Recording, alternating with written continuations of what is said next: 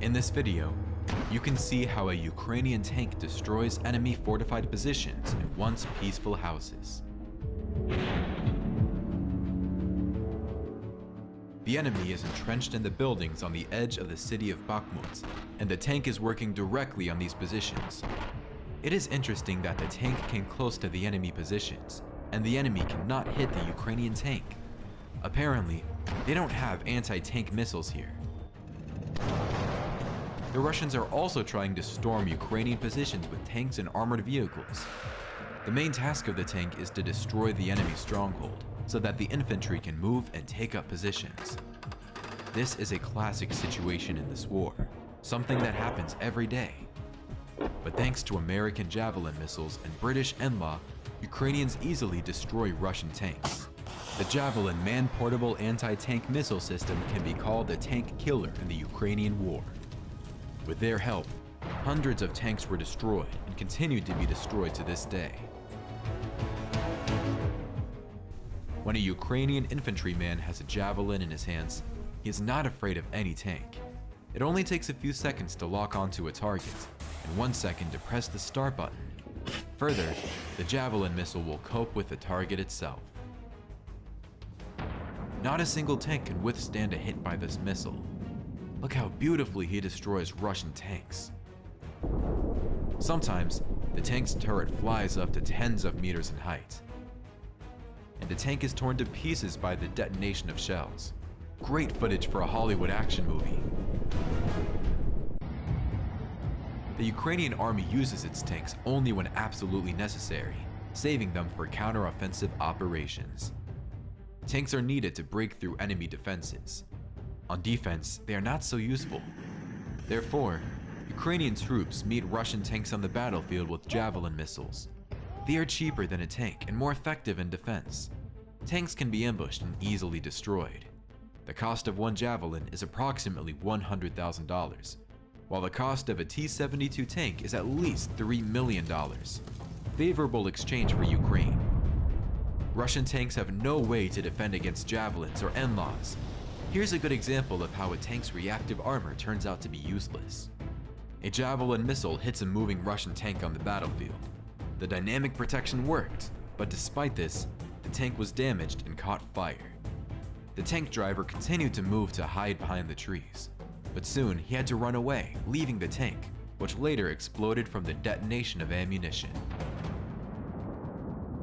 The anti-cumulative grills do not help the tanks either. Before the invasion of Ukraine, the Russians equipped almost all of their tanks with such grills and fixed them above the tower. They hoped that the bars would somehow neutralize the effect of Javelin or NLAW missiles, which hit the tank with cumulative jets. But these grills also turned out to be useless. The internet is full of photos of destroyed tanks with grills above the tower. Not only tanks, but any armored vehicles can be easily destroyed by the Javelin missile. Here is a soldier of the Ukrainian army destroying a Russian armored personnel carrier from an ambush, being at close range. Very nice hits. But here is another case, also a hit from an ambush. Near Ugledar, Russian tanks hit the mined roads. A lot of armored vehicles were destroyed by mines. The New York Times called it the most disastrous Russian tank operation of the entire war. More than 150 units of various armored vehicles were destroyed. In the next video, we will tell you how Ukrainian soldiers mined the roads, so subscribe to our channel. The main approaches to the city of Ugledar were mined. A lot of armored vehicles were also destroyed by artillery, drones, and Javelin missiles. After that, the Russians sent forward a special mine-clearing vehicle, the UR-77 meteorites, but this machine was hit, most likely by a Javelin missile from an ambush, and then it caught fire and exploded. UR-77 carries special ammunition which detonated. The explosion was very spectacular. This machine uses ammo that creates enhanced shockwaves. Look, as an example, at the work of this machine in Mariupol last year. A special projectile is thrown to the desired distance and creates a strong shockwave. From strong pressure, all mines in this area explode. After that, infantry and armored vehicles can move freely there. But in our case, Ukrainian soldiers somehow hit this vehicle before it even had time to do its job, and another attempt at the Russian offensive failed again. There are already well-known video footage from Mariupol, where supposedly a Javelin missile cannot hit a Russian T-72 tank. This case has already been discussed by many military experts. First, to be precise, this is not a Javelin, but an NLAW missile. Secondly, the rocket was launched from too close a distance, so it turned out to be ineffective. The minimum effective distance of an NLAW missile is over 100 meters, but when the target is too close, the missile's warhead does not activate. This is done primarily for the safety of the one who launches the rocket. This means that any weapon must be used correctly. In this case, it would be more appropriate to use the Soviet RPG-7 anti-tank grenade launcher.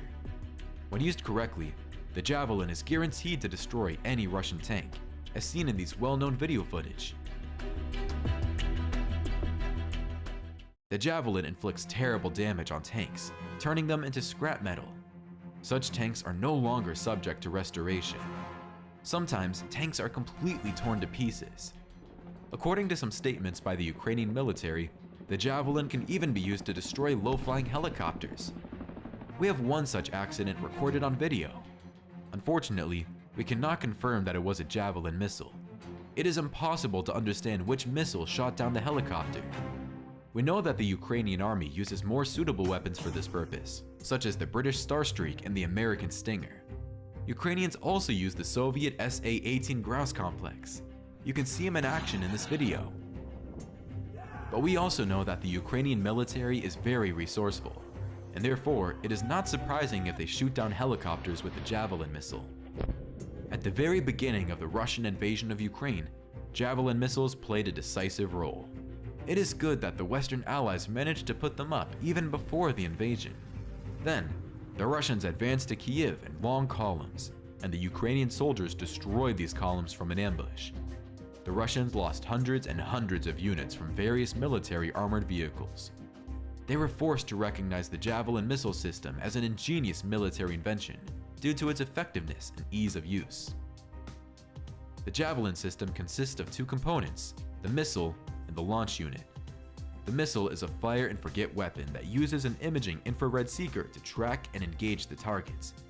The complex is equipped with a display screen and a joystick that allow the operator to guide the missile to the target. The Javelin missile has a range of up to 2.5 kilometers and can penetrate up to 600 millimeters of armor. It is designed to engage both stationary and moving targets, including those in urban environments. The missile can be fired from a variety of positions, including from the prone position or from behind cover. Let me remind you that the Russians still have nothing to compare. If you like today's episode and you would like me to continue to make such releases in the future, then you can support my channel by becoming its sponsor and donate a small amount.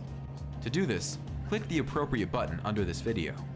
I will be grateful and encouraged to keep making new videos.